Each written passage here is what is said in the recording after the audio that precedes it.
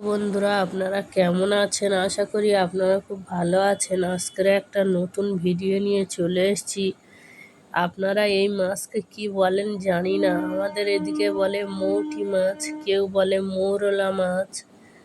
জানি না আপনারা কি বলেন, তো আপনারা জানাবেন কমেন্টে যে আপনারা এই মাছকে কি বলেন। পুকুর থেকে ধরেছিল মাছ, দেখুন। আর এগুলো আমি কেটেও নিয়েছি। আপনারা এইভাবে কাটেন কি বলবেন আমাকে কমেন্টে। আমি মৌটি মাছগুলো মাথা কেটে বাদ দিয়ে কিভাবে কেটে নিয়েছি আপনারা দেখেই বুঝতে পারছেন। আর এখানে দুটো ছোট ছোট তেলাপিয়া মাছ আর একটা বাটা মাছ নিয়ে নিয়েছি। তো আজকের হাত ঘষে আমি রান্না করব। আপনারা যদি এইভাবে একবার রান্না করে খেয়ে দেখেন, এই স্বাদ মুখে লেগে থাকবে। আর বারবার আপনাদের মনে হবে যে কোনো জ্যান্ত মাছ এইভাবেই রান্না করে খায়।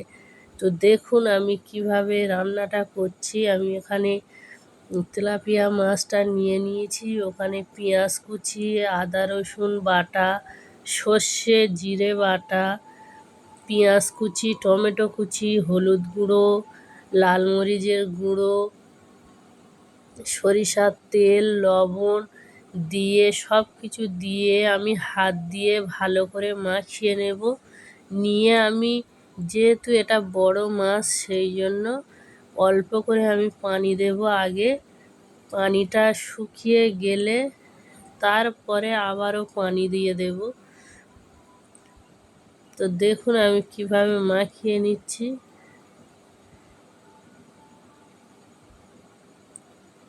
আর এদিকে দেখুন আমি মৌরলা মাছ নিয়ে নিয়েছি। এখানে সর্ষে জিরে বাটা, আদা রসুন বাটা, হলুদ গুঁড়ো, লাল মরিচের গুঁড়ো, পেঁয়াজ কুচি, টমেটো কুচি, কাঁচা লঙ্কা কুচি, ধনে পাতা, সরিষার তেল সব কিছু দিয়ে আমি হাত দিয়ে ভালো করে মাখিয়ে নেব। দেখতে পাচ্ছেন এইভাবে ভালো করে মাখিয়ে নেব। আর আপনারা এইভাবে বাড়িতে একবার ট্রাই করে দেখবেন। না এভাবে রান্না করে খেলে আপনারা বুঝতেই পারবেন না যে এই রান্নাটা করে খেলে কতটা সুন্দর লাগে। দেখুন আমি এদিকে গ্যাস জ্বালিয়ে দিয়েছি আর এই মাছটা ফুটছে, দেখতে পাচ্ছেন। একটু নাড়িয়ে চাড়িয়ে দেব। আর এই পানিটা শুকিয়ে গেলে আমি আবারও পানি দিয়ে দিচ্ছি। দেখুন পানিটা অনেকটাই শুকিয়ে এসছিল, তলায় লেগে যাচ্ছিল, ওই জন্য আমি এখানে পানি দিয়ে দিয়েছি। আমি 3 থেকে 4 মিনিট ভালো করে ফুটিয়ে নেব, নিয়ে আমি নামিয়ে নেব। আর দেখুন এখানেও মৌরলা মাছটা পানিটা অনেকটা শুকিয়ে এসছে। আমি এবার গ্যাসটা অফ করে দেব।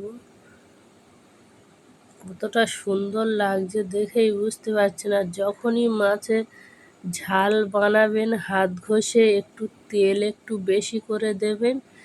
আর যখনই গ্যাসটা বন্ধ করবেন তার একটু আগে থেকে গ্যাসটা লো করে দেবেন, তাহলে উপরে তেল তেল ভাব চলে আসবে।